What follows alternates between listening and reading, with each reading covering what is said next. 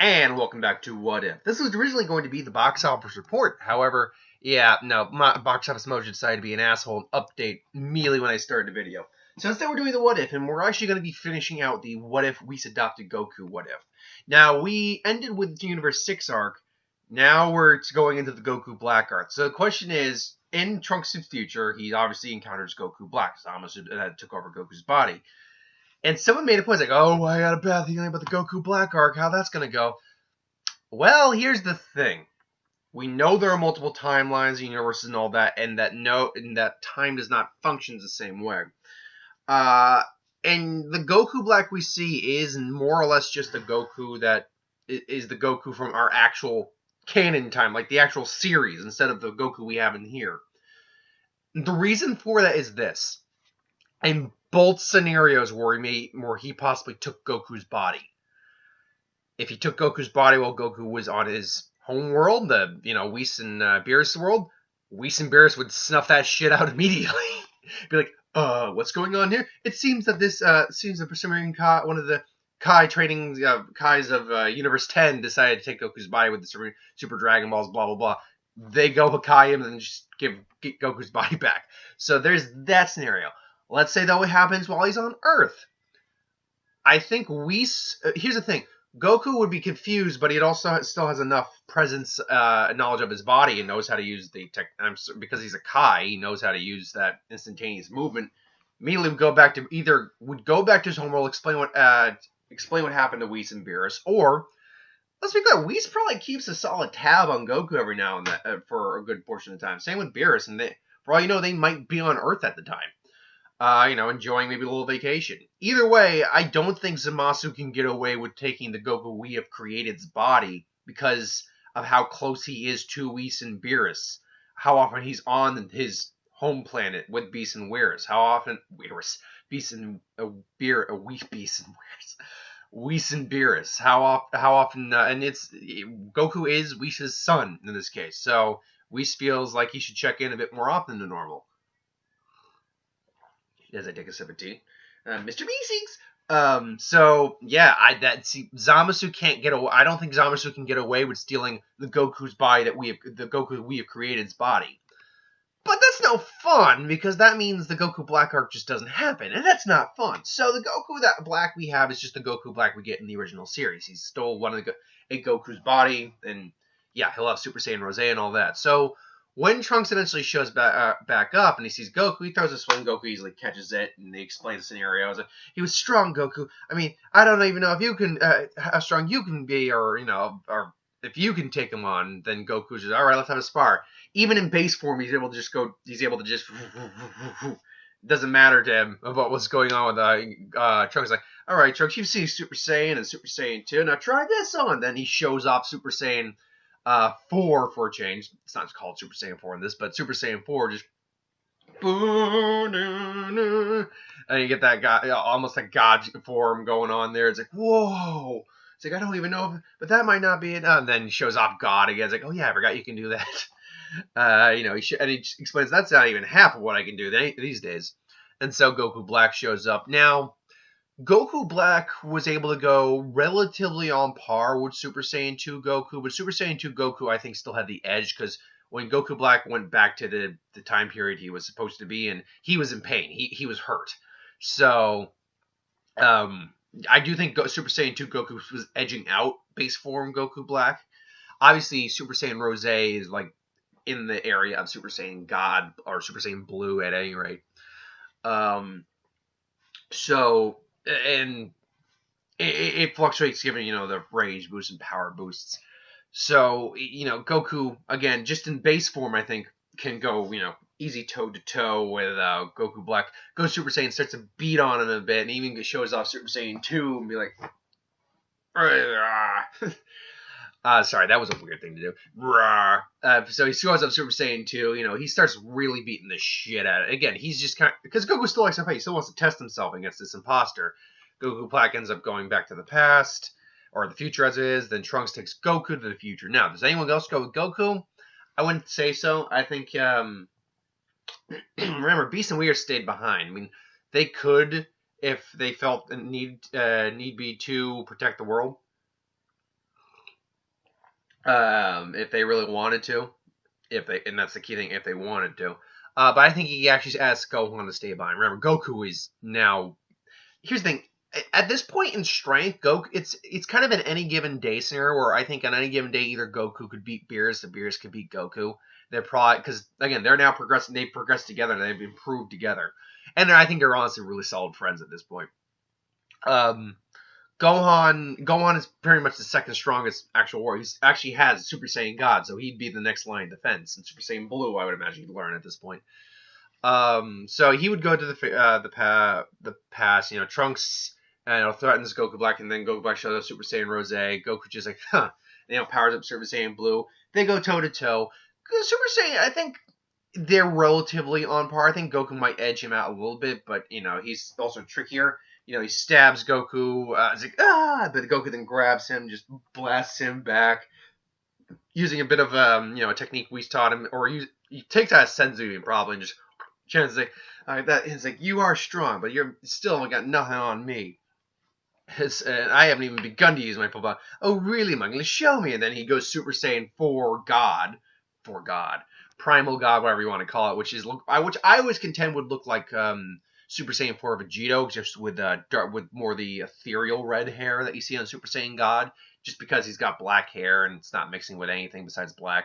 And then at that point now, Goku Black's like, oh, what? Goku can't do that. I can't do that. It's like, that's because you don't have a tail. And then he just starts to beat the ever-loving shit out of Goku Black. And even with rage boosts, like at this point, Goku Black's still alive. It's like I was like, so tell me, who are you? I can tell you're something. I can tell you're not an actual Goku taking it over his body. Who are you? And then Zamasu comes in. And do they go and visit Zamasu? I would imagine so. And Zamasu obviously gets the disliking for Goku. This Goku would easily beat Zamasu. So that's but the Goku he ends up seeing on the television is more like a Goku from the actual series, because Goku doesn't have to show off anything really, and they also don't explain that Goku was Whis' adopted kid or anything. They don't have to. So he sees like Zamasu, and then Zamasu and Goku Black tag team him, and the immortality is a problem. But here's the problem for them, is that Goku is just still vastly more powerful. At this point, Goku's just like, fine, and then just like, goes Ultra Instinct Omen. He's not going full Ultra Instinct at this point. Now they just can't hit it. Just it's like, why can't I hit? And then boom, just smacks them both in the face. Just boom, boom, just throws them around, ragdolls their ass. Obviously, Zamasu can just regenerate and all that, and Goku notes this. He's like, he has immortality. So but he doesn't sense that with Goku Black. So he focuses his efforts on Goku Black. Whenever Zamasu just tries to attack, he just dodge. He decides to show off Mastered Ultra Instinct and then just pretty much wastes Goku Black at that point. It's like, there's no way. It's like, no, my plan, you filthy, and then just it's like, okay, Trunks, we're going back. I don't know Hakai, and I unfortunately don't know the sealing technique Whis knows, so my dad knows, so we're going back. It's like, well, using just, all right, Trunks, let's go. And then they go back, and Goku just got him in a lock at the moment, and then they send him back to the past, to where Beer's like, yeah, here's like, Zamasu, so it is you. And then no, it's like, so you got their wish for immortality. Well, unfortunately, that means Beerus can't kill you now, can it? It's like, no, Whis, it doesn't appear to be the case. But we can do this, and then they just seal him away somehow. Because we don't know, they explained that Whis and Beerus had a better technique than the Mafuba. So they never explained what it was, but I had a much better technique than it. So I imagine they would just, seal him away and be like, no! And then that's pretty much that. And then Trunks goes back to his world, and everything's all good and hunky-dory, for what it's worth. So, then you cut into the Universal Survival arc. Now, to be fair, though, I don't know Goku, I actually don't think... I think it still happened, because the Zenos would be... would have shown up in the Universe 6 arc, they would have been like, that was cool, and Goku would have still been respectful if he's still Goku, and they would have made friends. I don't think Goku would have brought up the tournament, though, because being around Whis and Beerus long enough, he knows what the Omni King is capable of. But he still enjoys the fight. So the Universal Power Tournament of Power still might happen. You get the preliminaries and I'd imagine you'd have, and Boo's not around at this point, so you'd probably have, I don't know, 7, you might ask Piccolo, Gohan, and himself. They go to the preliminaries. Piccolo would probably go against Lavender, it was Basil, and I think he would beat Basil just because he's a better fighter than Boo actually is, and a more strategic fighter. So I think he'd find the weaknesses. Then the fight with Gohan and Lavender, I think would still go the same, especially if the powering up actually quickens the poison. So going to God wouldn't be good, and Gohan would probably know this, so he'd probably just stick with like Super Saiyan. Goku would easily beat Bergamo, and I think he'd actually they'd have a solid fight with Topo, but he would be holding back a lot, so he would pretty much kind of mess Topo up a little bit, and Topo would actually probably be hurt from that point blank Kamehameha. So then you go to who's going to be on the tournament. Well, me and Vegeta and Nappa are long since gone at this point. Raditz is doing his own thing in the universe. I didn't feel the urge to bring Raditz back. Did I leave 16 alive? I'll be honest, I can't remember if I left 16 alive. Yeah, I think I left 16 alive. Let's just decide, even if I didn't, let's say I did. So, Goku, Gohan, and Piccolo, they're already on the team. Then you have 17 and 18. I think we'd have 16. You'd have Tien. You'd have Roshi. You'd have Krillin. So where's the last fighter? There is no Boo, unfortunately. There is no Vegeta also. Would they go get Frieza? That's the question. Would they go get Frieza? Or maybe would they decide to get Vegeta instead? Probably not Vegeta. Vegeta just isn't as strong as the other ones, and they know how strong Frieza is from fighting him, and then, Goku eventually, ended his existence again. And you should take that back. He ended his life. The end of your existence is a different thing in Dragon Ball. So, ultimately, it probably would be Frieza. Goku would go get Frieza. They'd allow him to come back. So then you got the team. Now, I mean, how does the actual fight come down? Well, I have to think of it in the terms of, like, the majority of this fight is actually pretty similar, but Gohan is much stronger now. So he actually probably gets a couple more knockouts. Him and Goku are probably the ones that double team Universe 9 and knock them out. Ultimately, what the big fights are going to come down to is, like, Caulifla, Kefla, Jiren. Those are the big fights that Goku takes part of. So against Caulifla, he's just, again, it's kind of the mentorship, but I don't like Caulifla's character because she doesn't have respect. I think I explained it before, but she has no respect at all. See, even with someone like Jiren and stuff like that, he even showed respect, despite the fact he was kind of high on his own power too, and he knew how powerful he was. He still showed respect. Caulifla never showed that. She was just disrespectful and a brat. So, yeah, ultimately, Goku would it'd be that say then Berserker Kale goes in, and Goku, even at Super Saiyan Blue, has trouble with her. Ultimately, though, it's one of those things that Goku, is able to no Domino, is able to overpower her and get her out of the way. Essentially, though, it's going to come down to that first confrontation with Goku and Jiren, and that's not going to go the same way it did at all. Like, again, Goku senses Jiren's power, and he can sense how strong he is. He's stronger than a god of destruction. At least his god of destruction, anyway. So, even he's just like, they're staring at it. This is like the first, besides Beerus, the first real challenge he's had in some time. So they're scared out. Goku tries base.